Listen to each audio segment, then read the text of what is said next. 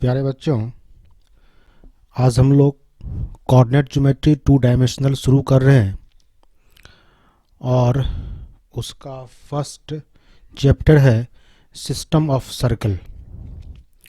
System of circle को पढ़ने से पहले हम लोगों ने कोऑर्डिनेट ज्योमेट्री 11th क्लास में जो पढ़ा था उसकी ज़रूरत इसमें पड़ेगी। तो पहले मैं क्या करता हूँ कि आप लोगों को 11th क्लास का जो कोऑर्डिनेट ज्योमेट्री था, जिसमें आप लोगों ने स्ट्रेट लाइन पढ़ा था, आप लोगों ने सर्कल पढ़ा था, उसके बाद का टॉपिक है सिस्टम ऑफ सर्कल। ठीक है, तो आप लोगों को थोड़ा थोड़ा करके स्ट्रेट लाइन मैं आपको याद दिला देता हूँ, फिर सर्कल के बारे में आपको बता देता हूँ, फिर हम लोग उसके आगे सिस्टम ऑफ सर्कल पर चलेंगे। इससे क्या होगा कि आप लोगों को समझना भी आसान रहेगा और सवाल बनाने में आसानी होगी। नहीं तो क्या होता है कि उसमें स्ट्रेट लाइन का बार बार हम लोग यूज़ करते हैं, फिर आप लोगों को वो आता नहीं होगा, तो फिर आप इक्वेशन नहीं लिख पाएंगे, उसकी ज़रूरत पड़ेगी। तो बहुत हम आपको शॉर्ट में हम स्ट्रेट लाइन का जितना बेसिक था हम आपको समझा देते हैं, फिर सर्कल के बारे में। ठीक है, तो हम लोग पहले शुरू करते हैं स्ट्रेट लाइन।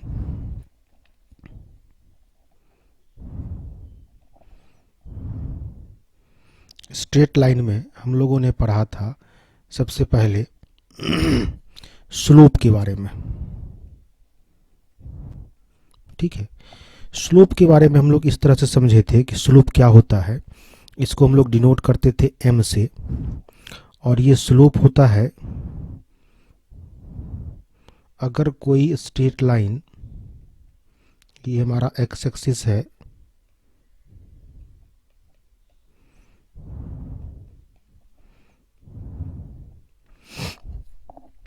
अगर कोई स्ट्रेट लाइन x एक्सिस के साथ एंटी क्लॉकवाइज डायरेक्शन में जितना एंगल बनाता है उसका हम लोग अगर tan ले लेते हैं, ठीक है, x एक्सिस से एंटी क्लॉकवाइज डायरेक्शन में अगर कोई स्ट्रेट लाइन है तो उसका एंगल हम लोग कहाँ से लेंगे, x एक्सिस से लेंगे एंटी क्लॉकवाइज डायरेक्शन में, और उसका हम लोग tan ले लेंगे, तो वही उसका क्या कहलाता है, स्लोप कहलाता है, उस स्ट्रेट लाइन का स्लोप कहलाता है। ठीक है, तो प्रत्येक स्ट्रेट लाइन का अपना एक स्लोप होता है। ठीक है, और उस स्लोप को निकालने की और भी तरीके हैं जो हम लोग आगे पढ़ेंगे। ठीक है, स्लोप, और इसी को हम लोग ग्रेडियंट भी बोलते हैं। इसके बाद अब आइए स्ट्रेट लाइन में हम लोग पढ़ते क्या है, तो स्ट्रेट लाइन में हम लोग स्ट्रेट लाइन का इक्वेशन पढ़ते हैं। ठीक है, स्ट्रेट लाइन का इक्वेशन कैसे निकालते हैं उसको पढ़ते हैं। आपको जो गिवन रहेगा उससे आपको स्ट्रेट लाइन का इक्वेशन निकालना होगा। तो पहला हम लोग इक्वेशन पढ़ते हैं कि अगर equation y is equal to mx plus C है तो इसका क्या मतलब होता है। इसको पढ़ने से पहले आपको स्ट्रेट लाइन का इक्वेशन आपको हम बताते हैं। पहले एक्स वाई एक्सिस पर एक्स एक्सिस और वाई एक्सिस का इक्वेशन समझिए।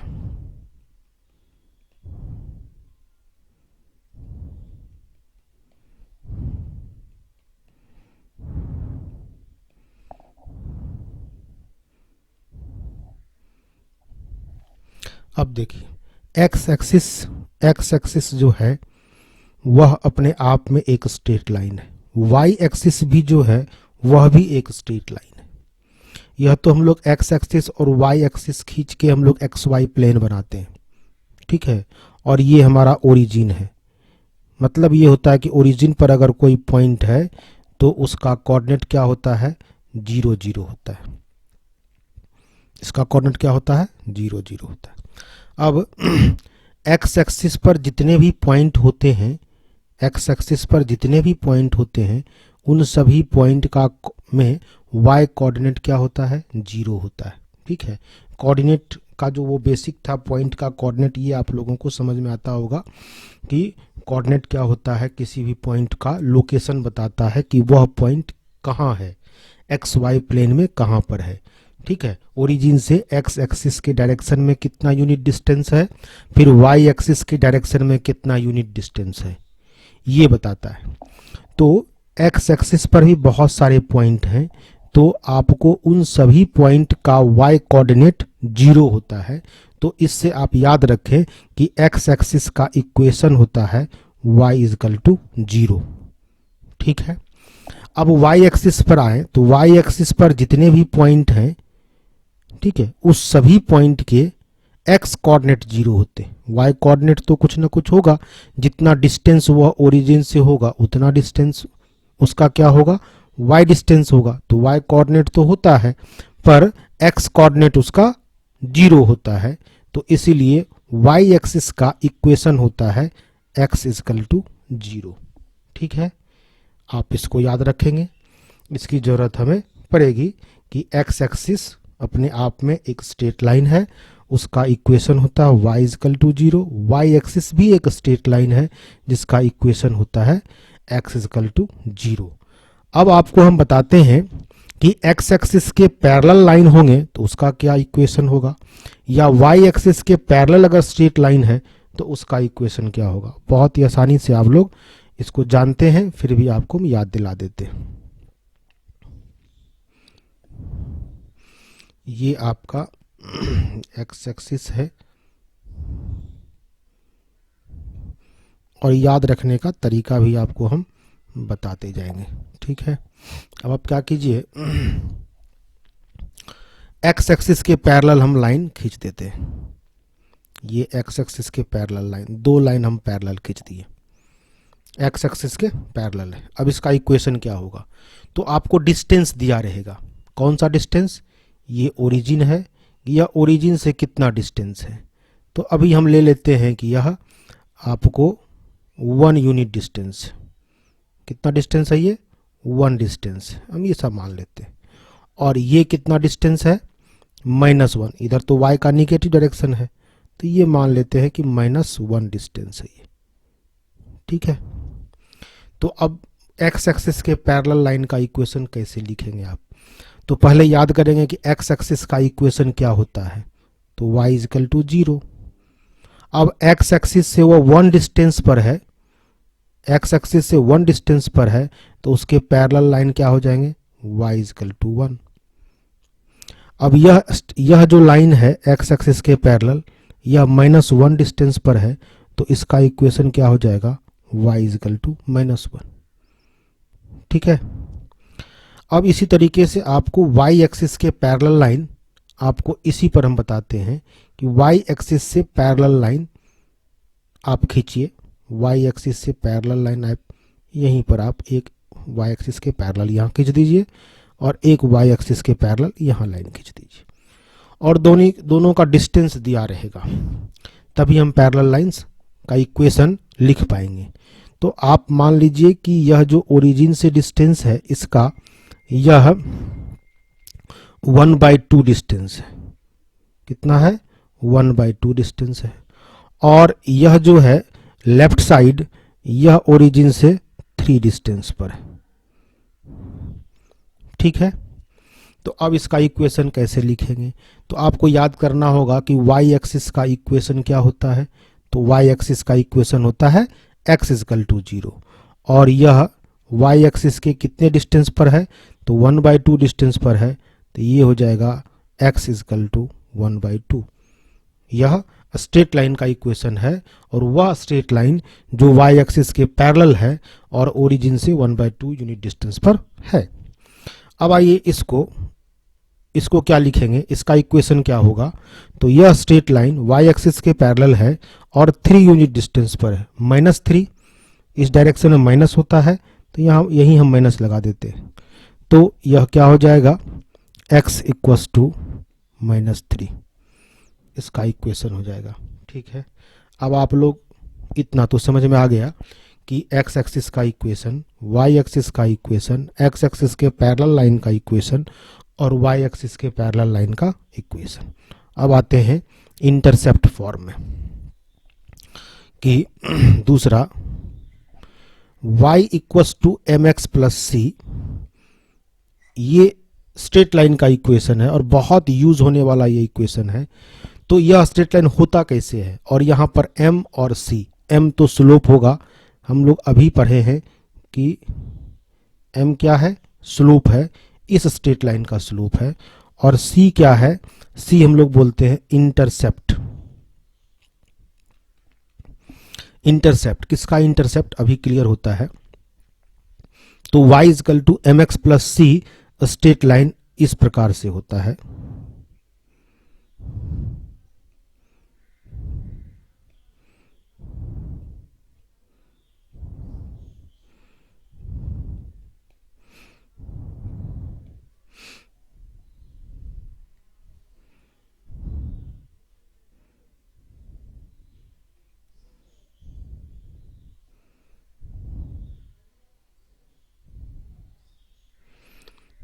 और यह डिस्टेंस जो है y डिस्टेंस हमारा c है,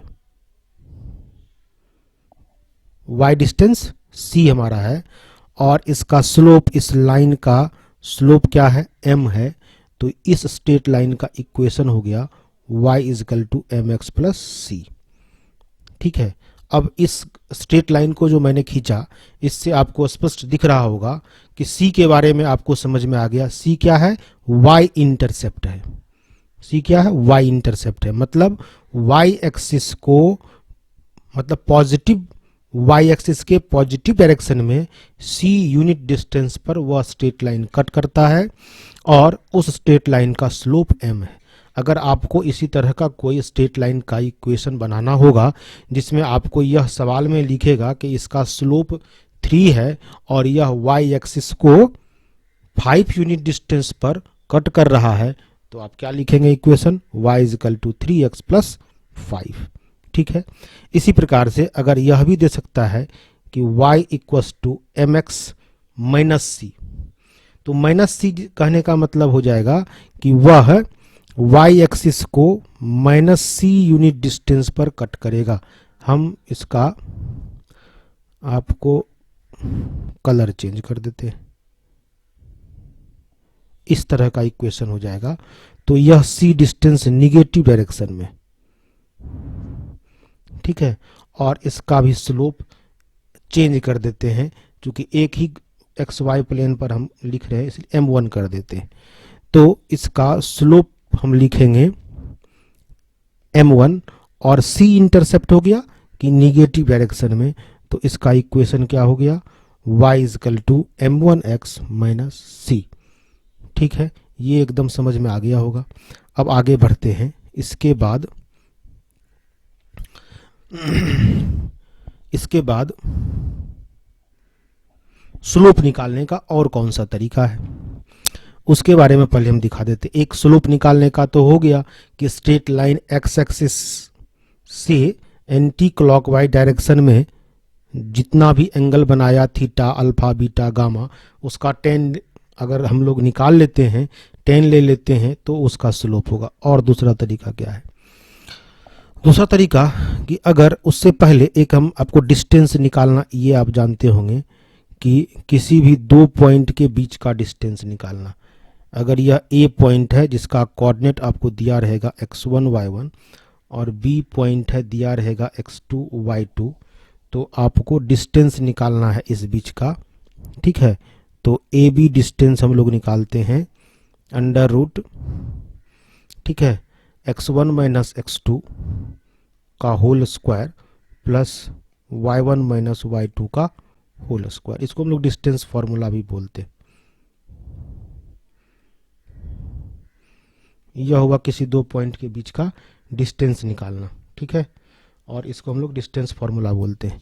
हम लोग अभी कर रहे थे स्लोप निकालने का तरीका। ठीक है, कि स्लोप हम लोग कैसे निकालते हैं। अगर इसी तरीके से कोई दो पॉइंट का कोऑर्डिनेट दिया हुआ हो, ये लाइन हो गया, स्ट्रेट लाइन है, ये स्ट्रेट लाइन है, एरो कर देते हैं, ये स्ट्रेट लाइन है। इसके किसी दो पॉइंट का कोऑर्डिनेट अगर दिया हुआ हो, ए पॉइंट है, ये बी पॉइंट है, इसका कोऑर्डिनेट x1 y1 है, इसका कोऑर्डिनेट x2 y2 है। तो अगर इस लाइन का स्लोप निकालना हो, मान लेते हैं स्लोप m है, तो स्लोप निकालते हैं y1 minus y2 upon x1 minus x2। अगर आप ऐसे भी लिख देते हैं कि y2 माइनस y1 तो नीचे कर देंगे x2 माइनस x1, तब भी इसका क्या होगा, स्लोप होगा। तो स्लोप निकालने का आपको दो तरीका पता हो गया, एक स्ट्रेट लाइन एंगल के माध्यम से और दूसरा उस स्ट्रेट लाइन के किसी भी दो पॉइंट का अगर कोऑर्डिनेट आपको दिया रहेगा तो आप क्या करेंगे, उसका स्लोप निकाल लेंगे। ठीक है। अब इसके बाद हम लोग स्ट्रेट लाइन का और भी इक्वेशन पढ़ते हैं कि अगर किसी भी स्ट्रेट लाइन का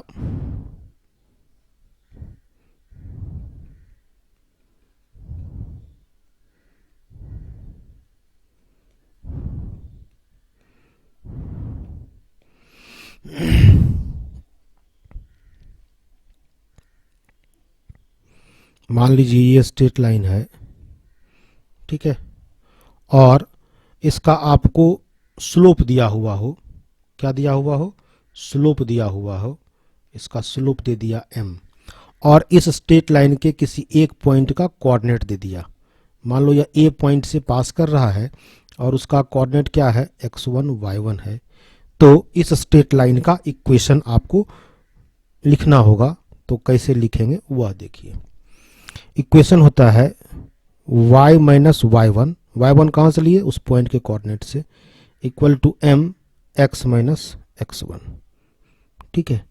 ये इक्वेशन हम लोग कैसे निकाले, जब उस स्ट्रेट लाइन का स्लोप दिया रहेगा और वह एक पॉइंट दिया रहेगा, वैसे तो वो इनफाइनाइट पॉइंट से पास कर रहा है, लेकिन उसमें से कोई किसी एक पॉइंट का कोऑर्डिनेट दिया रहेगा, तो आप उस स्ट्रेट लाइन का इक्वेशन इस तरीके से निकालेंगे। ठीक है। ठीक इसी में एक दूसरा पॉइंट होता है कि स्लोप ना दे करके दो पॉइंट दे दिया।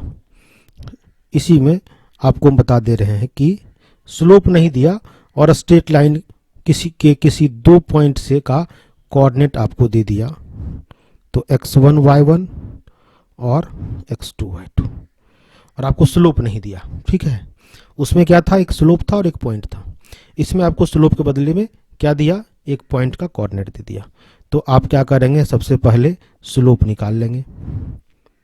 दो पॉइंट से स्लोप निकालने आपको आता है, अभी हम लोग पढ़े थे कि y1 minus y2 upon x1 minus x2। इस तरीके से स्लोप निकाल लेंगे और फिर स्लोप निकाल लेंगे और इस दोनों में से किसी एक पॉइंट के माध्यम से इस a और b के किसी भी पॉइंट के कोऑर्डिनेट को यूज करते हुए इस मेथड से हम लोग इक्वेशन लिख लेंगे। तो इक्वेशन इस प्रकार बनेगा y minus y1 equal to m, जो अभी निकाले हैं वह x माइनस x1, या ये तो x1 y1 पॉइंट लेके बनाए, अगर आप x2 y2 पॉइंट इस पॉइंट को लेके बनाए तो ये हो गया। इस पॉइंट को भी लेके बना सकते हैं, y minus y2 equals to m into x minus x2, दोनों सेम होगा। ठीक है। आप ये ना समझें कि दोनों डिफरेंट इक्वेशन आ जाएगा, नहीं आएगा। अगर इस दोनों तरीके से आप लिखेंगे तो सेम इक्वेशन ही आपको बनेगा और वह एक ही स्ट्रेट लाइन को रिप्रेजेंट करेगा। प्रत्येक स्ट्रेट लाइन का अपना एक इक्वेशन होता है। ठीक है। अब और आगे बढ़ते हैं। ये कितना नंबरिंग दिए थे, इसमें 5 दिए थे। अब हम लोग 6 देखते हैं। इंटरसेप्ट फॉर्म इसको बोलते हैं। ये क्या होता है,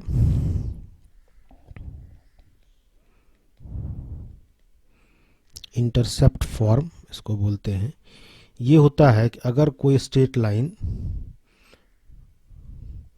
ये एक्स एक्सिस है, ये y axis, x dash y dash, अगर ये स्ट्रेट लाइन एक्स एक्सिस को, ये ओरिजिन हो गया, ए डिस्टेंस पर कट करे और वाई एक्सिस को बी डिस्टेंस पर कट करे, तो इसका इक्वेशन हो जाता है x by a plus y by b equals to 1। ठीक है। अब ये निगेटिव डायरेक्शन में भी हो सकता है, ऐसा नहीं है कि x को पॉजिटिव डायरेक्शन में कट किया, y को भी पॉजिटिव डायरेक्शन में कट किया, वो निगेटिव भी कर सकता है। अब आप निगेटिव रहेगा तो निगेटिव का यूज़ करेंगे। अब इसको ऐसे समझिए कि अगर मान लो स्ट्रेट लाइन इस तरह से पास किया, ये x एक्सिस है, ये y एक्सिस है, तो अब ये देखिए एक्स एक्सिस को पॉजिटिव डायरेक्शन में कट किया, मान लेते हैं यह ए डिस्टेंस है, और वाई एक्सिस को बी डिस्टेंस में कट किया लेकिन निगेटिव डायरेक्शन में कट किया, तो इक्वेशन क्या हो जाएगा, एक्स बाई ए चूँकि ए पॉजिटिव है plus y by b, b negative है तो माइनस बी करेंगे इक्वल टू 1।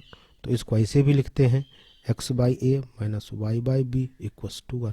आप लोग ऐसे समझे इंटरसेप्ट फॉर्म को, ठीक है।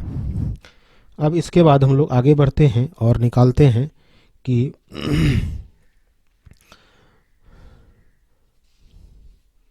इसके बाद हम लोग नॉर्मल फॉर्म एक पढ़ते हैं। नॉर्मल फॉर्म देखिए क्या होता है, इसको समझिए, ये बहुत यूज़ होता है। नंबरिंग क्या है मेरा 7, ठीक है 7।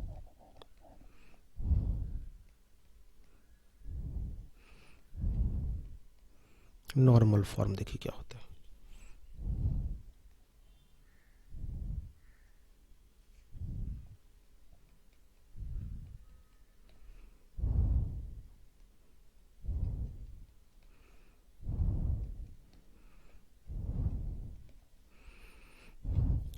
ये स्ट्रेट लाइन हमारा है जिसका अभी हम इक्वेशन लिखने वाले हैं, और ये हमारा ओरिजिन है,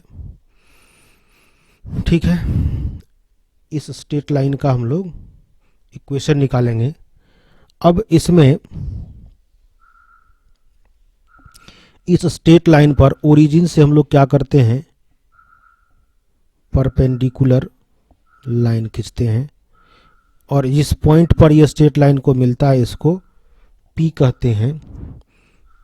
P तो डिस्टेंस लेंगे इसलिए उसको दूसरा कुछ मान लेते, N मान लेते हैं, ठीक है N मान लेते हैं।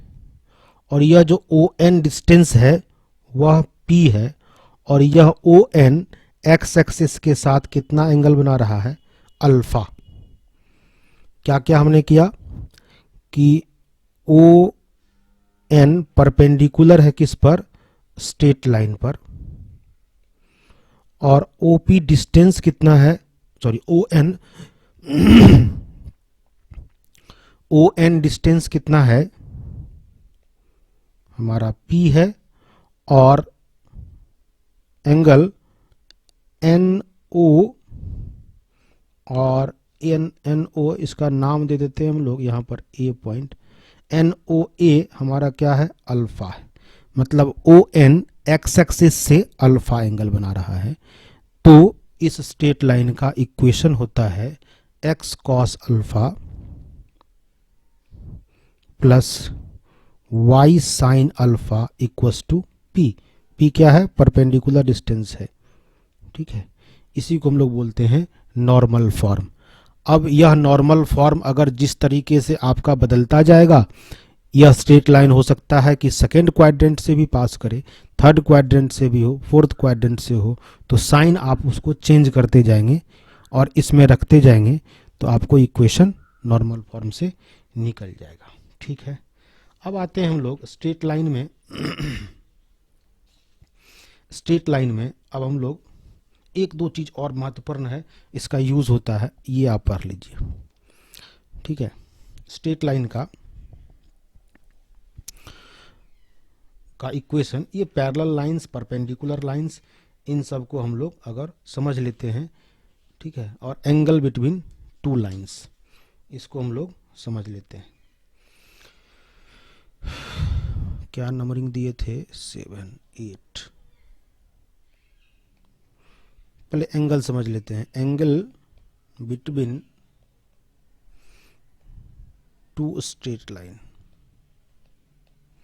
Angle between to straight line, क्या अगर दो स्ट्रेट लाइन के बीच में एंगल तभी बनेगा जब वह दोनों लाइन इंटरसेक्ट करेगा, और वह उस इंटरसेक्टिंग पॉइंट पर ही एंगल बनेगा, ठीक है। अगर दो स्ट्रेट लाइन पैरेलल हो जाए तो कभी उस दोनों स्ट्रेट लाइन के से एंगल नहीं बनेगा। अब ये हम लोग दो स्ट्रेट लाइन लिए हैं L1 और L2, नाम दे देते हैं L1, और दूसरे स्ट्रेट लाइन का नाम दे देते हैं L2, ठीक है। और L1 और L2 स्ट्रेट लाइन का आपको इक्वेशन दिया रहेगा। मान लीजिए y is equal to m1x plus c1, ये L1 लाइन है और y equals to m2x plus c2 यह L2 लाइन है। इक्वेशन और भी किसी दूसरे फॉर्म में दिया जा सकता है, ठीक है। तो जिस तरीके से भी दिया हुआ हो, आपका काम रहेगा कि उसका स्लोप निकाल लेना, ठीक है, उससे स्लोप निकाल लेना। अब जैसे L1 का स्लोप इस इक्वेशन से ही हमको दिख रहा m1 और L2 का स्लोप दिख रहा हमको m2। अभी तो ये हमारा इस फॉर्म में है तो x के कोफिशिएंट हमारा स्लोप होता है, तो हम लोग इसका स्लोप निकाल लिए। अब दूसरे तरीके से दिया रहेगा तो क्या करेंगे, हम उसकी भी चर्चा कर देते हैं और किस फॉर्म में रहेगा। तो m1 और m2 दोनों स्ट्रेट लाइन का स्लोप है। तो अगर आप जानते होंगे ये एंगल और ये एंगल बराबर होगा और ये बराबर होगा, इसको हम लोग बोलते हैं वर्टिकली अपोजिट एंगल। तो अगर ये थीटा है मान लेते हैं, तो टेन थीटा इक्वस टू होता है mod of m1 minus m2 upon 1 plus m1 m2, ठीक है। अब इससे देखिए हम लोग क्या क्या निकालते हैं, दो केस इसमें लेंगे हम लोग और उस दोनों केस से हम लोग पैरेलल लाइन और परपेंडिकुलर लाइन का कंडीशन हम लोग निकालेंगे, ठीक है। तो यहाँ से हम लोग सॉल्व करके थीटा निकाल लेंगे। अब आपके मन में संदेह आ रहा होगा कि ये थीटा निकल जाएगा तो ये टिक जो लगाए इसका क्या होगा। तो ये थीटा निकल जाएगा तो टिक वाला को 180 माइनस थीटा कर देंगे, ठीक है। तो ये टिक निकल जाएगा, सिंपल, दूसरा एंगल भी निकल जाएगा। अब यहाँ से केस फर्स्ट लीजिए कि व्हेन थीटा अगर जीरो हो जाए, थीटा अगर आपको जीरो हो जाएगा तो उस केस में क्या होगा।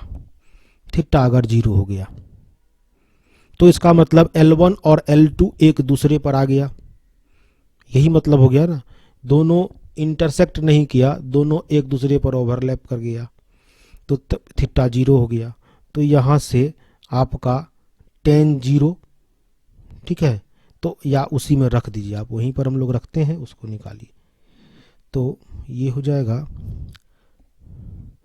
Ten zero degree equals to m1 minus m2 upon 1 plus m1 m2, ठीक है। टेन जीरो होता है zero equals to m1 minus m2 upon 1 plus m1 m2। इसको आप सॉल्व करेंगे तो डिनोमिनेटर तो कभी जीरो होता नहीं है, तो निश्चित तौर पर न्यूमरेटर ही जीरो होगा, तभी इक्वल टू जीरो होगा। तो m1 equals to m2, m1 equal to m2। क्या हम लोग निकालें अभी वह समझिए। थीटा को जीरो किए मतलब L1 और L2 या तो एक दूसरे पर आ जाएगा तब उसके बीच का एंगल नहीं बनेगा, जीरो होगा, या दोनों पैरेलल हो जाएगा, दोनों पैरेलल होगा तभी उस दोनों के बीच का एंगल जीरो होगा। तो हम लोग अभी इंटरसेक्शन ऑफ टू लाइंस में जब एंगल पढ़ रहे थे, हम क्या बोले थे कि अगर दो लाइन के बीच में एंगल तभी बनेगा जब वह कहीं न कहीं इंटरसेक्ट करेगा, तो इंटरसेक्टिंग पॉइंट पर ही एंगल बनेगा। अगर इंटरसेक्ट नहीं करेगा तो वह एंगल नहीं बनेगा। अभी वही केस मेरे सामने आया कि थीटा जीरो होने का मतलब वह कहीं न कहीं इंटरसेक्ट नहीं किया तो पैरेलल लाइन हो गया। तो two lines are parallel when, ये कब होगा, जब m1 और m2 इक्वल होगा। तो इसका यूज क्या है, हमको स्ट्रेट लाइन का इक्वेशन दिया रहेगा और दोनों स्ट्रेट लाइन के इक्वेशन से स्लोप निकाल लेंगे, और दोनों स्ट्रेट लाइन का स्लोप अगर इक्वल हो जाएगा तो हम लोग वही कह देंगे कि यह दोनों लाइन पैरेलल है, और पैरेलल है तो यह इसके बीच में कोई एंगल नहीं बनेगा, मतलब 0 डिग्री एंगल बनेगा, ठीक है। अब लीजिए केस टू। केस टू में लेते हैं कि अगर थीटा 90 डिग्री हो जाएगा, मतलब वह दोनों स्ट्रेट लाइन जो इंटरसेक्ट किया था वह क्या हो जाएगा, परपेंडिकुलर हो जाएगा। तो क्या हो जाएगा, तो 10 pi by two equals to m1 minus m2 upon 1 plus m1 m2। Tan pi by two होता है infinity equals to m1 minus m2 upon 1 plus m1 m2। ठीक है, अब इन्फिनिटी कब होगा? जब डिनोमिनेटर जीरो हो जाता है ना, तभी उसका वैल्यू क्या होता है? इन्फिनिटी होता है। तो यहाँ से आपको क्या मिलेगा?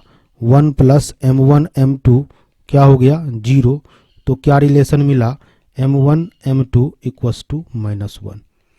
अब ये क्या आपको मिला कि दो स्ट्रेट लाइन परपेंडिकुलर होगा तब जब उसका उस दोनों के स्लोप का प्रोडक्ट अगर -1 आता है तो वह दोनों स्ट्रेट लाइन क्या होता है?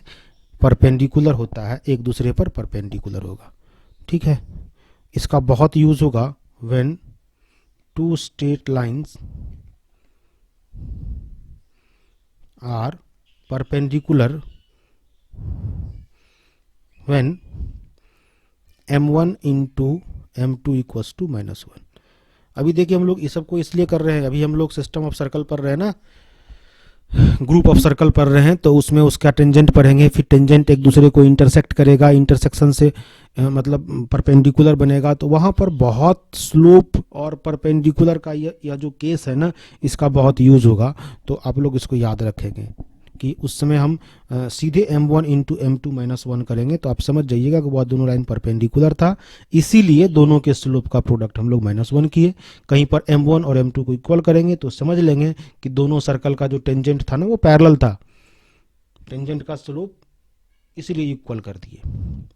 ठीक है, अब हम लोग आगे बढ़ते हैं और एक जनरल इक्वेशन पढ़ते हैं स्ट्रेट लाइन का।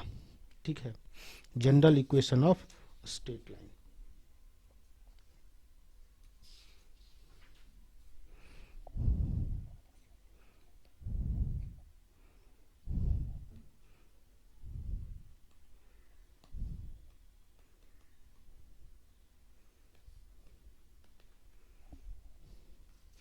General equation of straight line, इसको हम लोग लिखते हैं ए एक्स, कलर चेंज कर लेते हैं, A X plus B Y plus C is equal to 0। यहाँ पर ए बी सी और ये सब क्या है? कांस्टेंट है। तो हम लोग ए बी सी के जगह पर किसी न किसी कांस्टेंट को हम लोग यूज करेंगे। ठीक है, तो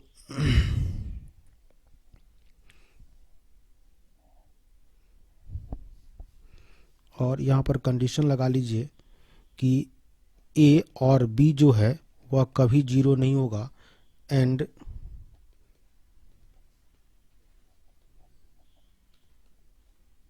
ठीक है, ए और बी 0 हो जाएगा तो क्या इक्वेशन ही नहीं बनेगा, मतलब एक्स और वाई जो हमारा वेरिएबल है वह रहेगा नहीं, तो इक्वेशन कहाँ से रहेगा?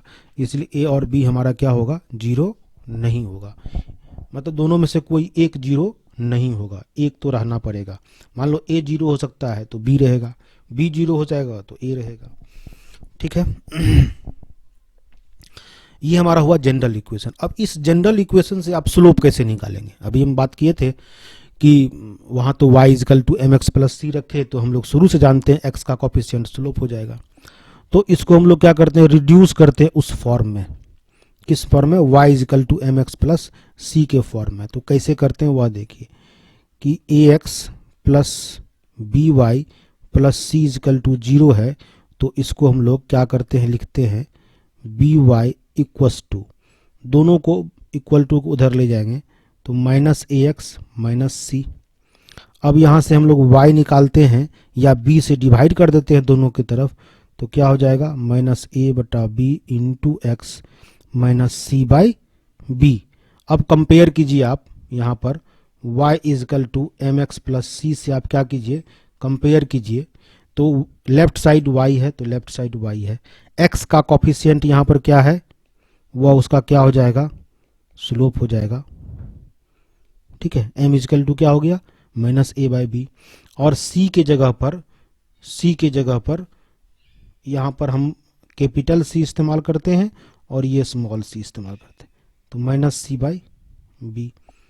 ठीक है, तो उल्टा कर देते हैं, ये स्मॉल c है, ये हमारा स्मॉल सी है, ये कैपिटल सी है, ये हमारा स्मॉल सी है और ये क्या है, कैपिटल सी है। तो इस तरह से हम लोग क्या करेंगे, जनरल इक्वेशन से भी स्लोप निकाल लेंगे। ठीक है, कहने का मतलब अगर आपको कोई इक्वेशन, एग्जांपल आपको हम दे देते हैं, अगर इक्वेशन दिया हुआ है 3x4y प्लस 5 इक्वल्स टू 0, अब हम कहें कि इसका स्लोप निकालिए, इसी तरह का दो इक्वेशन दिया रहेगा और एंगल निकालना रहेगा दोनों लाइन के बीच में, तो फिर tan theta equal to m1 minus m2 upon 1 plus m1 m2 निकालेंगे, तो उसके लिए स्लोप निकालना होगा, तो उसको इसी माध्यम से हम लोग रिड्यूस करके स्लोप निकालेंगे। तो क्या करेंगे, 4y इक्वल्स टू लिखेंगे माइनस 3x माइनस 5, फिर y इजकल टू लिखेंगे माइनस 3/4 इंटू एक्स माइनस 5/4। अब कंपेयर कीजिए y is equal to M x plus C से, तो x का कॉफिशियंट m, तो m क्या हो जाएगा माइनस 3/4 और c क्या हो जाएगा माइनस 5/4। अब इससे आप एक्स वाई प्लेन पर आप स्ट्रेट लाइन को खींच भी सकते हैं। c निगेटिव आया, आप तुरंत समझेंगे c निगेटिव आया मतलब, c निगेटिव का मतलब हो गया कि y एक्सिस को निगेटिव डायरेक्शन में कट किया, बात समझ रहे हो ना। और ये 5/4 यूनिट डिस्टेंस है, ये वाला ओरिजिन से इसकी दूरी, इस पॉइंट की दूरी और ओरिजिन की दूरी क्या है 5/4 है, इसलिए निगेटिव है। और इसका स्लोप माइनस 3/4 है, तो ये एंगल थीटा हो गया। तो इसका मतलब ऐसे भी लिख सकते हैं, इसका टेन थीटा क्या है माइनस 3/4। अगर सॉल्व होने लायक रहेगा तो आप थीटा भी निकाल सकते हैं कि वह स्ट्रेट लाइन एक्स एक्सिस के साथ कितना एंगल बना रहा। समझ गए ना, सब कुछ क्लियर होना चाहिए आपको।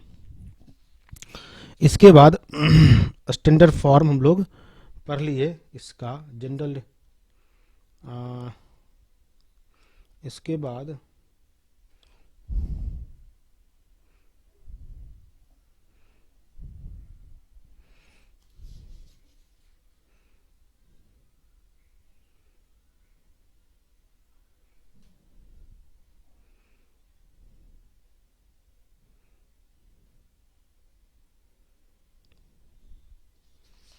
इसके बाद अब स्ट्रेट लाइन में लगभग हम लोग जो है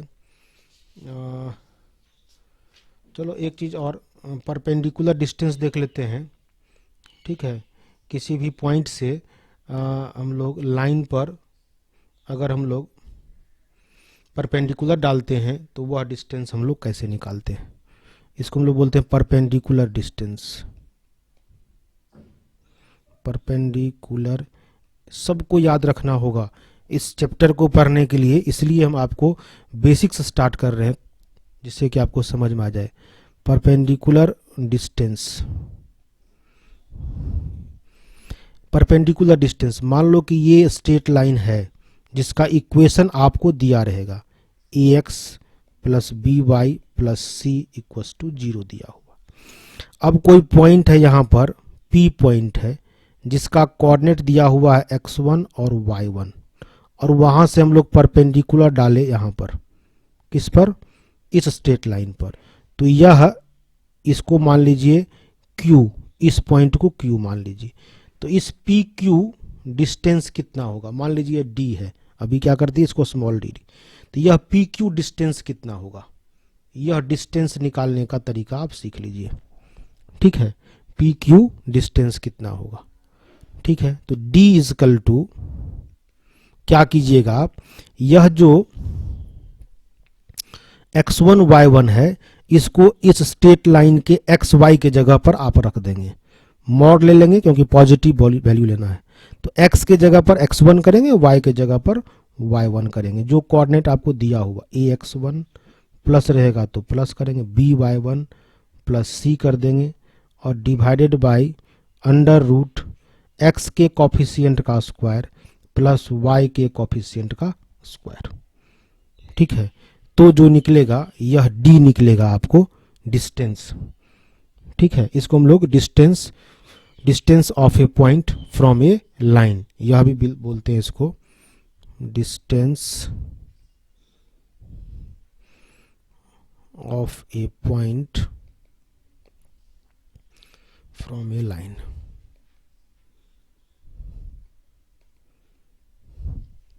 ठीक है। इसके बाद अब हमको लगता है कि और कुछ नहीं, दो पैरेलल लाइन का डिस्टेंस भी निकाल लेते हैं। ये तो परपेंडिकुलर डिस्टेंस हो गया। अब पैरेलल लाइंस के बीच में भी पढ़ ही लेते हैं। डिस्टेंस बिटवीन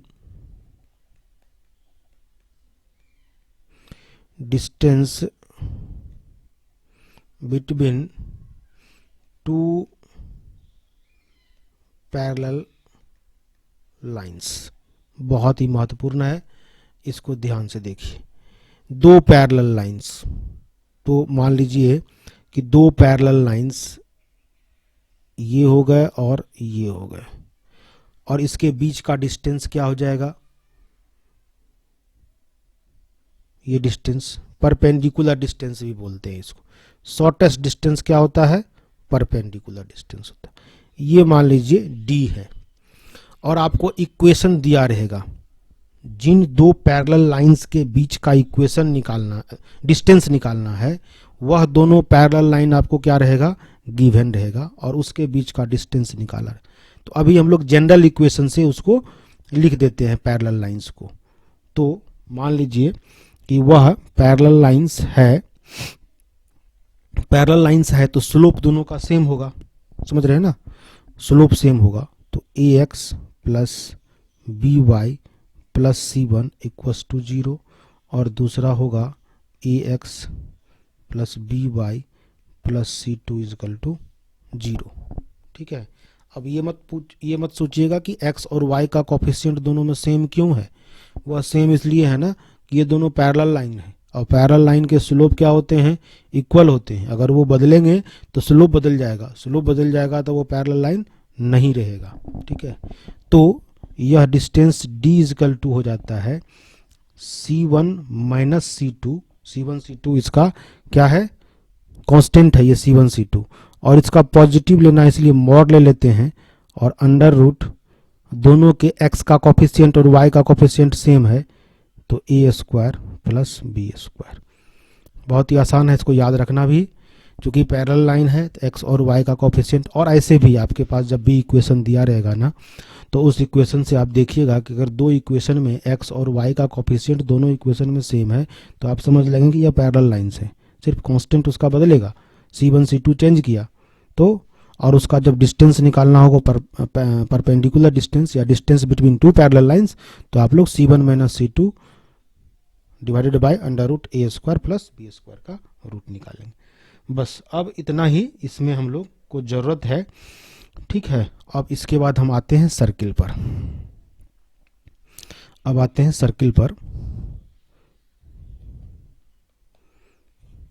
सर्किल में सबसे पहले शुरू करते हैं हम लोग स्टैंडर्ड इक्वेशन। अब स्टैंडर्ड इक्वेशन से को समझिए कि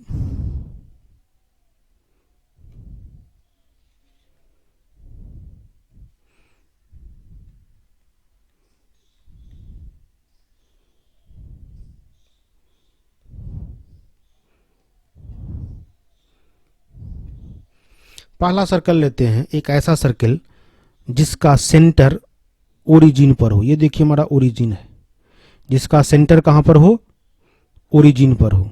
तो सर्कल थोड़ा सा अगर टेढ़ा मेढ़ा भी होगा तब भी आप लोग सर्कल ही मानिएगा। ठीक है। ये देखिए ऐसा होता नहीं है लेकिन हमसे बन गया। ये सर्कल है जिसका सेंटर कहाँ पर है, ओरिजिन पर है, और ओरिजिन पर है तो देखिए ये डिस्टेंस x डिस्टेंस, ये डिस्टेंस y डिस्टेंस, ये सब डिस्टेंस क्या होगा, सेम होगा, इक्वल होगा। इसको समझिए बात को। ये जितना डिस्टेंस होगा, क्योंकि हम लोग सर्किल के बारे में जानते हैं कि सेंटर से उस सर्किल के सरकमफेरेंस के प्रत्येक पॉइंट का डिस्टेंस क्या होता है, हमेशा कांस्टेंट होता है, सेम होता है। तो अगर ये डिस्टेंस r होगा तो यह भी डिस्टेंस क्या होगा, r होगा, यह भी डिस्टेंस r होगा, यह भी डिस्टेंस r होगा। सिर्फ साइन का डिफरेंस होगा, x प्राइम के तरफ है तो माइनस r होगा, y प्राइम के तरफ है तो माइनस r होगा। तो इस सर्किल का इक्वेशन होता है x square plus y square equals to are square. ठीक है, इसको ध्यान से आप याद रखेंगे। जैसे ही आपको यह इक्वेशन मिलेगा सर्कल का, तो आप समझ लेंगे कि यह सर्कल ऐसा है कि इसका सेंटर ओरिजिन पर है। ठीक है, और रेडियस क्या है, आर है। ठीक है, अब इसी सर्किल को हम शिफ्ट करते हैं एक्स एक्सिस और वाई एक्सिस पर, हाँ, अलग अलग जगहों पर, और उसका इक्वेशन देखते हैं हम लोग कैसा होता है। तो अब क्या करते हैं,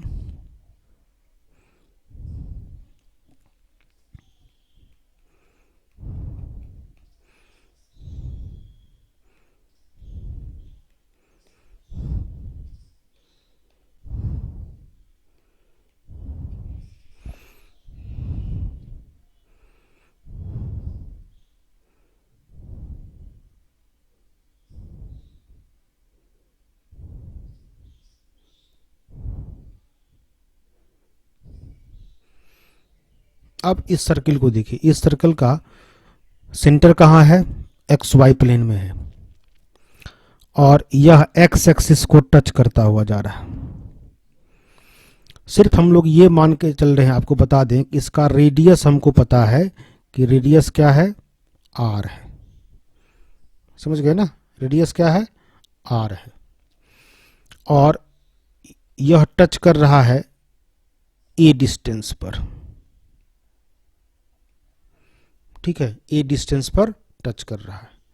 तो सेंटर को हम लोग, इस सेंटर को हमेशा सी पॉइंट से हम लोग डिनोट करते हैं, और हमेशा लिखेंगे सी पॉइंट ही, रेडियस को आर से और सेंटर को सी से। जैसे ओरिजिन को हमेशा क्या लिखते हैं, ओ से, उसी तरह सर्किल का सेंटर को हमेशा सी से लिखेंगे और रेडियस को आर से लिखेंगे।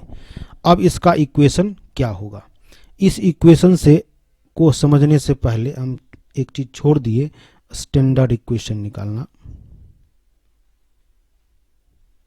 स्टैंडर्ड इक्वेशन ऑफ सर्किल, ये क्या होता है कि अगर कोई सर्कल का सेंटर, ठीक है, मान लेते हैं अल्फा और बीटा, ये सी हो गया, और इसका रेडियस हमारा आर है, तो इसका इक्वेशन होता है एक्स माइनस अल्फा का whole square plus Y minus beta का whole square equals to are square. ठीक है, ये स्टैंडर्ड इक्वेशन हो गया। अल्फा और बीटा हमारा क्या है, सेंटर का कोऑर्डिनेट है, और रेडियस आर है। ठीक है, तो इसको हम नंबरिंग कर दें, ये पहला, ये दूसरा। ठीक है, कि जब सर्कल का सेंटर दिया रहेगा अल्फा बीटा और रेडियस आर दिया रहेगा, तो इक्वेशन क्या हो जाएगा, एक्स माइनस अल्फा का whole square plus Y minus beta का whole square equal to are square. अब इसके बाद आते हैं ये तीसरे नंबर पर। अब उस सर्किल को हम एक्स वाई एक्सिस पर अलग अलग डायरेक्शन में रखते हैं। तो अब हम ये पूछ रहे थे कि सेंटर का कोऑर्डिनेट क्या हो जाएगा, कहने का मतलब सेंटर का एक्स कोऑर्डिनेट। तो एक्स कोऑर्डिनेट मतलब इस सी पॉइंट तक पहुंचने के लिए आपको कितना डिस्टेंस तय करना पड़ता है, ये आपका ओरिजिन है। तो ओरिजिन से आप कितना डिस्टेंस गए, ए डिस्टेंस गए, तो उसको बोलते हैं एक्स कोऑर्डिनेट। वाई डिस्टेंस जाते हैं, उसको बोलते हैं वाई कोऑर्डिनेट।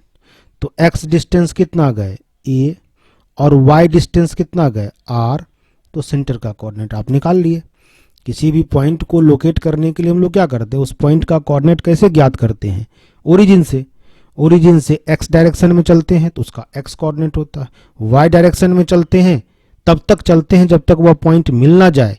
जैसे ही पॉइंट मिलता है हम लोग रुक जाते हैं और वह डिस्टेंस देखते हैं। तो y की तरफ चले तो y डिस्टेंस हो गया उसका y कोऑर्डिनेट, x डिस्टेंस की तरफ चले तो उसका हो गया x कोऑर्डिनेट। तो C पॉइंट का हमारा कोऑर्डिनेट निकल गया। और हमको तो रेडियस पहले से पता है क्योंकि हम लोग रेडियस हम लोग को दिया हुआ है r। तो अब यह स्टैंडर्ड फॉर्म से जो इक्वेशन क्या हो जाएगा, इस सर्किल का इक्वेशन हो जाएगा x माइनस अल्फा की जगह पर है a, तो x माइनस a का होल स्क्वायर प्लस बीटा की जगह पर है r, तो y माइनस आर का whole square equals to are square. ये हो गया सर्किल का इक्वेशन। अब इस तरीके से इस सर्किल को आप अलग अलग डायरेक्शनों में भेज सकते हैं। चौथा पॉइंट देखिए, अब इस सर्किल को फिर हम मूव करा करके कहीं और लेके चले जाएंगे। एक बार आप समझ लेंगे ना तो आप अपने मन से इस सर्किल के साथ खेलना शुरू करेंगे, जहां मन जहां इस सर्किल को रख करके इक्वेशन आप निकालेंगे।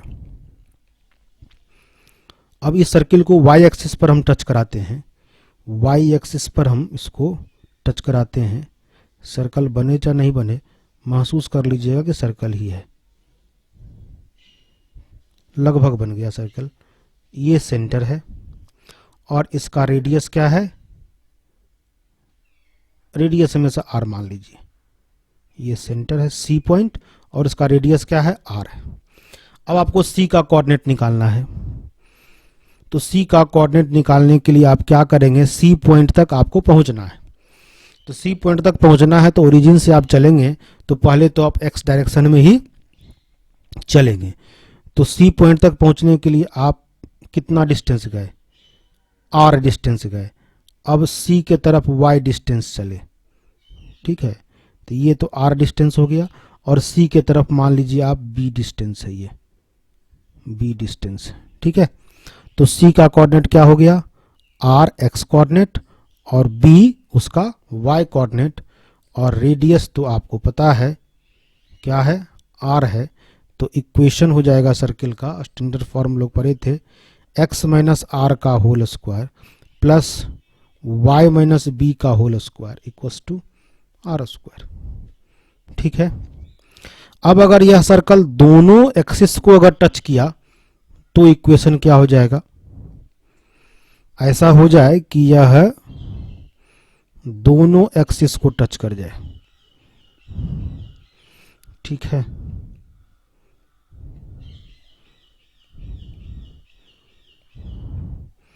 अब ये क्या करेगा, ये सर्कल तो एकदम बेकार बना है, लेकिन हम इसको दोबारा नहीं बनाएंगे। इस सर्कल पर बहुत मेहनत हम नहीं करेंगे, इसको आप लोग मान लीजिए कि सर्किल ही है। अब ये इसका सेंटर हो गया, सेंटर से इस पॉइंट को मिलाएंगे तो रेडियस होगा, इस पॉइंट को मिलाएंगे तो रेडियस हो जाएगा, और यह पॉइंट हमारा सेंटर है, ठीक है।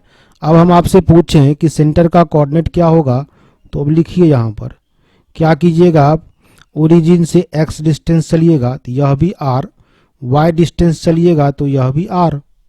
तो सेंटर का कोऑर्डिनेट क्या हो जाएगा, r और r, और रेडियस क्या हो जाएगा, वह भी r। तो इक्वेशन क्या हो जाएगा, x माइनस आर का whole square plus y minus are का whole square equals to are square, ठीक है। आगे बढ़ते हैं और जितना काम है हमको उतना ही करते हैं हम लोग, बहुत हम लोग इस पर नहीं करेंगे। अब हम लोग जनरल इक्वेशन पढ़ते हैं सर्किल का, कि सर्किल का जनरल इक्वेशन क्या होता है, ठीक है। डायमीटर से इक्वेशन छोड़िए, इसकी ज़रूरत नहीं पड़ेगी। हाँ,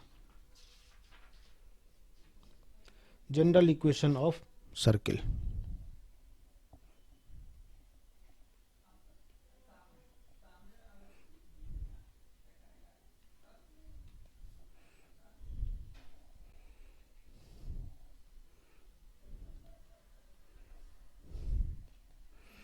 जनरल इक्वेशन ऑफ सर्कल होता है x square plus y square plus 2gx plus 2fy plus C is equal to 0, ठीक है। ये आपका हो गया जनरल इक्वेशन किसका, सर्कल का।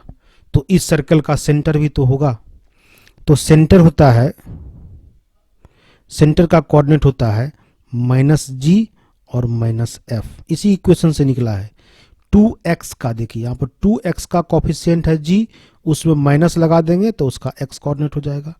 2y का कोऑर्डिनेट है, 2y का कॉफिशिएंट है f, उसमें माइनस लगा देंगे तो ये हो गया सेंटर का कोऑर्डिनेट, ठीक है। अब रेडियस क्या हो जाएगा, तो रेडियस होता है under root G square plus F square minus C, C constant आपको दिख रहा है, माइनस सी कर देंगे तो जो निकलेगा वह क्या निकलेगा, इसका रेडियस निकलेगा। तो ये हमारा हो गया जनरल इक्वेशन ऑफ सर्कल। ठीक है, अब इसके बाद हम लोग अपने टॉपिक पर आते हैं। ठीक है, सिस्टम ऑफ सर्कल। और इस सर्कल में और भी कुछ अगर हम लोगों को ज़रूरत पड़ेगी तो हम उसी समय उसको ऐड करते जाएंगे और कर लेंगे।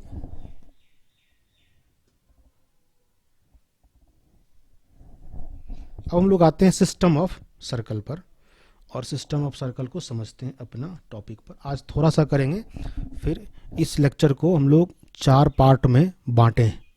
ठीक है, तो उसका ये पहला पार्ट है जिसमें आपको हम सारा बेसिक बता दिए और सिस्टम ऑफ सर्कल को समझिए क्या होता है। सिस्टम ऑफ सर्कल जो है यह ग्रुप ऑफ सर्किल है। सिस्टम ऑफ सर्किल क्या है? Group of circle. मतलब एक ग्रुप में ढेर सारे सर्कल आ गए ना, तो उस पूरे उसको ग्रुप बना लिए उसका, तो उसको बोलते हैं सिस्टम ऑफ सर्कल। जैसे आपको हम समझाते हैं कि एक इक्वेशन लेते हैं हम, x square plus y square equals to are square. इस सर्किल से आप अवगत हैं। यह सर्किल का इक्वेशन है, ऐसा इक्वेशन है जिसका सेंटर कहाँ पर है? ओरिजिन पर। ठीक है, और आर उसका क्या है? रेडियस है। अब आप क्या कीजिए, अगर आर का वैल्यू रियल नंबर है, वेरी कर रहा, कभी 1 हो जा रहा, कभी 2 हो जा रहा है, कभी 3 हो गया, कभी 4 एंड सो ऑन। तो जितने आर के वैल्यू होंगे, आर बदलेगा तो सर्किल बदल जाएगा। नहीं, आर 1 है तो छोटा होगा, आर 2 कर देंगे, रेडियस बड़ा हो गया तो उससे बड़ा सर्किल हो गया, आर को 3 कर देंगे तो उससे बड़ा सर्किल हो जाएगा। नहीं, तो सर्किल आपका क्या हो जाएगा? इस प्रकार से हो जाएगा, x square plus y square equals to 1 square, x square plus y square equals to 2 square, x square plus y square equals to 3 square and so on. बहुत सारे सर्किल बन जाएंगे। इन सब सर्किल को आप एक्स वाई प्लेन पर रखें कि कैसा दिखता है। तो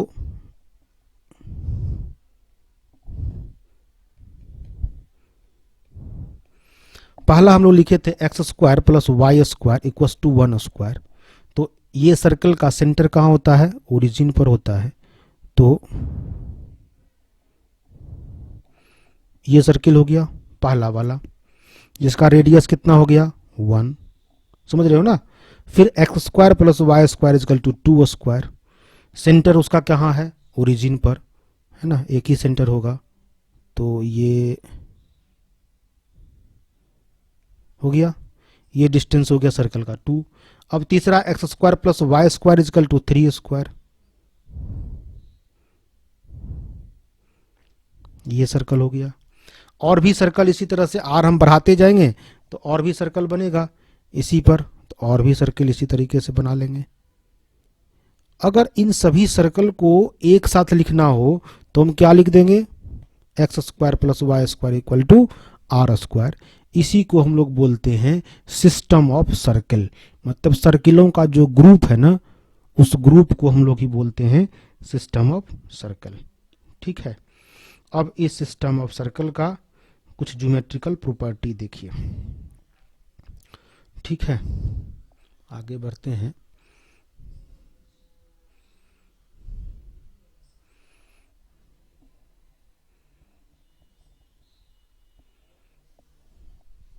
अब इस दोनों सर्किल के बीच का पहले हम लोग एंगल निकाल लेते हैं। एंगल कैसे निकालते हैं दो सर्किल के बीच में?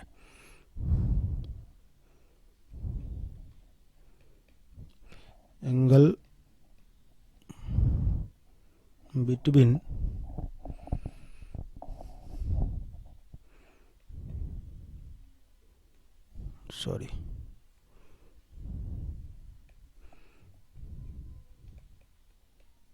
Circles, angle between the circles, दो सर्किल के बीच का एंगल। अब एंगल कैसे बनेगा आप वो बताते हैं। एंगल बनने के लिए सर्किल को क्या होना होगा? इंटरसेक्ट करना पड़ेगा। जैसे स्ट्रेट लाइन में हम लोग क्या बोले थे, जब दो स्ट्रेट लाइन इंटरसेक्ट करेगा तो उसके बीच में क्या बनेगा? उसी तरीके से दो स्ट्रेट लाइन, दो सर्कल सॉरी,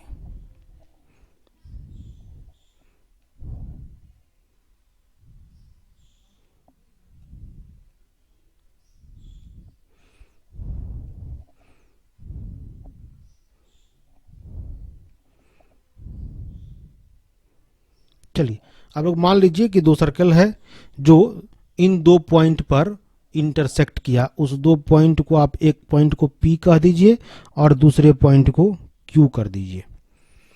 तो दो सर्कल के बीच का एंगल दरअसल क्या होता है, उस दोनों सर्कल के उस पॉइंट के पर जो टेंजेंट होता है उसके बीच का जो एंगल होता है के बराबर होता है। या दो सर्कल के बीच का एंगल हम लोग कहते हैं कि उस पॉइंट पर, उस इंटरसेक्टिंग पॉइंट पर दोनों सर्कल का जो टेंजेंट होता है, ठीक है, उसके बीच का एंगल होता है।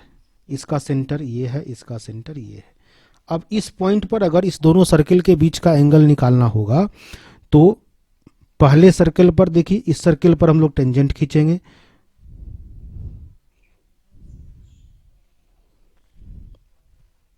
ये टेंजेंट हो गया, और फिर इस सर्कल पर हम लोग टेंजेंट खींचेंगे,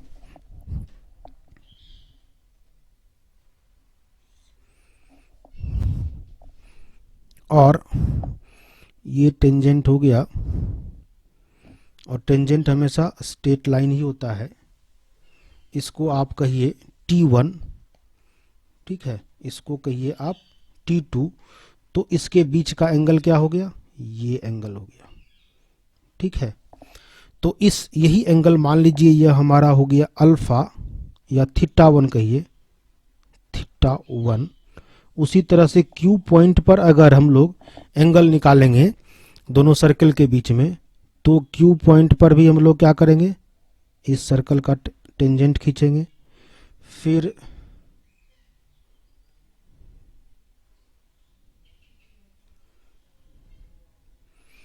और इसको और आगे बढ़ा दीजिए,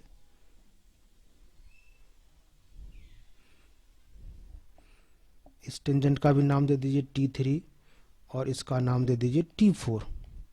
तो इसके बीच में जो एंगल बना, ये एंगल मान लीजिए θ2। ये θ1 और θ2 जो आपको दिख रहा है, ये दरअसल आपको क्या दिख रहा है, दोनों सर्कल के बीच का एंगल दिख रहा है। और सर्कल के बीच का एंगल जो होता है वह दरअसल टेंजेंट के बीच का एंगल होता है।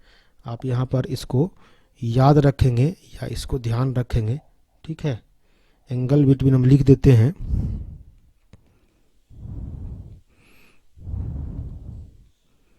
Angle between two circle equal to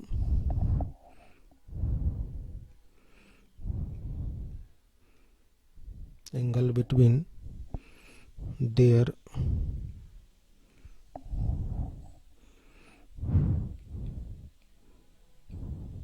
tangent at the point of intersection।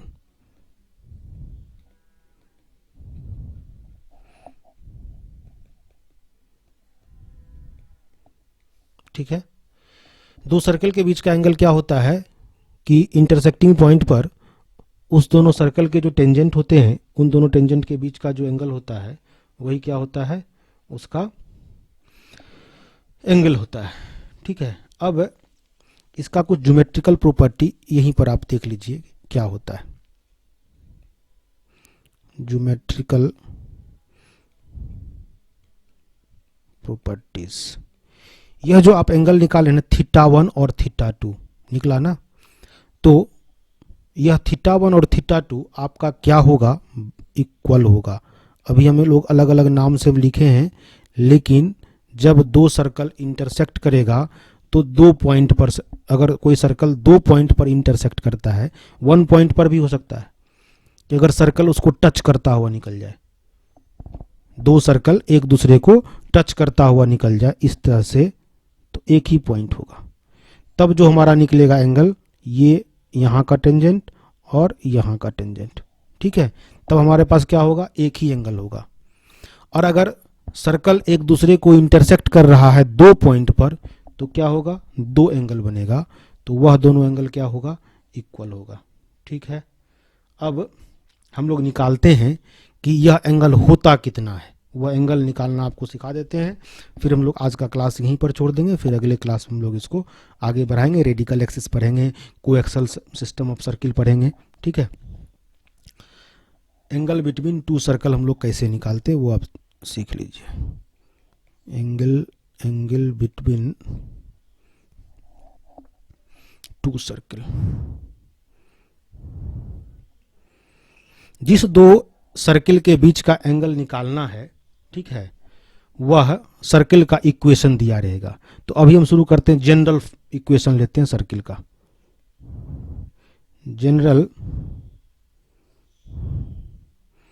Equation of circle, थोड़ा कलर चेंज कर लें, मोटा लिख रहा। जनरल इक्वेशन ऑफ सर्किल क्या है, 2 सर्किल के बीच का एंगल निकालना है, तो सर्किल का इक्वेशन ले लेते हैं, x square plus y square plus 2g1x plus 2f1y plus c1 equal to 0। ठीक है, ये हमारा पहला सर्किल है। दूसरा सर्किल का इक्वेशन ले लेते हैं, x square plus y square plus 2g2x plus 2f2y plus c2 equals to 0। ठीक है, ये 2 सर्किल हो गया। तो इन दोनों सर्किल के बीच का जो एंगल होगा उसको हम लोग कॉस थीटा से निकालते हैं, और वह होता है c1 plus c2 minus 2g1g2 minus 2f1f2 divided by 2 into under root पहले का रेडियस मतलब g1 square plus f1 square minus c into दूसरे का radius under root g2 square plus f2 square minus, यहाँ पर c1 कर दीजिए, minus c2। ठीक है, यह जो कॉस थीटा हुआ ये दोनों सर्कल के बीच का एंगल होगा, यहाँ से थीटा उस दोनों के बीच का सर्कल है उससे निकल जाएगा। ये आपको बहुत ही आसान है याद रखना, बहुत टफ नहीं है। आप ऐसे याद रखेंगे कि c1 c2 तो आप समझ रहे हैं, वह दोनों सर्किल का c1 c2 आपको इक्वेशन दिया रहेगा तो रहेगा ही, और g1 f1 g2 f2 है ही, c1 plus c2 minus 2g1 g2 minus 2f1 f2 divided by 2 into, ये देखिए पहले का रेडियस और दूसरे का रेडियस। ठीक है, पहले का रेडियस और दूसरे का रेडियस आपको दिया हुआ है। ठीक है, उससे हम लोग आप लोग अब निकाल लेंगे। अब हम लोग पढ़ते हैं ऑर्थोगोनल। ऑर्थोगोनल सर्किल किसको बोलते हैं? ठीक है, ऑर्थोगोनल इसको कर लेते हैं, उसके बाद छोड़ देंगे। ऑर्थोगोनल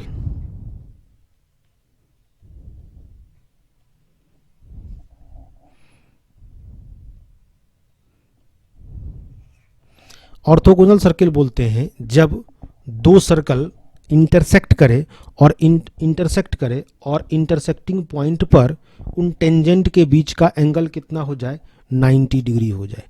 जैसे अभी हम लोग निकाले थे, एक ये सर्कल है,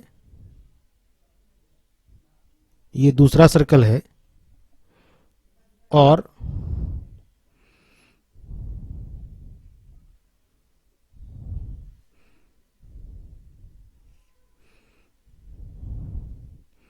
T1 इसको कर दीजिए T2। तो यहां पर हम लोग क्या निकाले थे, ये θ1 कहते हैं इसको। अगर यह θ1 क्या हो जाए, 90 डिग्री हो जाए, ठीक है, तो क्या मतलब हो गया कि T1 परपेंडिकुलर टू T2, दोनों टेंजेंट जो क्या है आपस में परपेंडिकुलर है, तो ये सर्किल क्या है, सर्किल आर ऑर्थोगोनल, या इसको बोलेंगे ऑर्थोगोनल सर्किल। ऐसा ही लिखें तो बेहतर है, क्या बोलेंगे इसको, ऑर्थोगोनल सर्किल। ठीक है,